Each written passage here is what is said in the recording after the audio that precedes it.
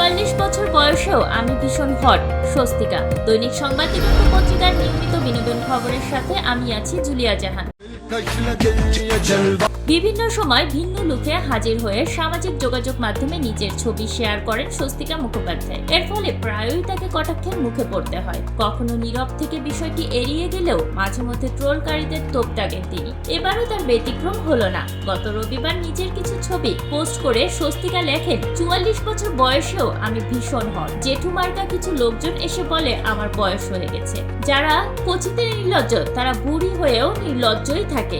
এরপর আরেক পোস্টে উল্লেখ করেন, আমাকে কেউ জোকার বললে আমি এখন তাদের ট্রোলকারী বলে সম্মানও দেই না। এরপর ধর্মেন্দ্র মণ্ডল নামে এক ব্যক্তি তার ছবিতে কমেন্ট করেন, অনেক বয়স হয়েছে, অন্তত ভগবানের সংকীর্তন করো, না হলে কৈফিয়ত দিতে মুশকিল হবে। উত্তরে স্বস্তিকা রসিকতা করে লেখেন, ধর্মেন্দ্র বাবু আমাকে অলরেডি কেওড়াতলা পাঠিয়ে দিয়েছেন, আমি অন দ্য ওয়ে।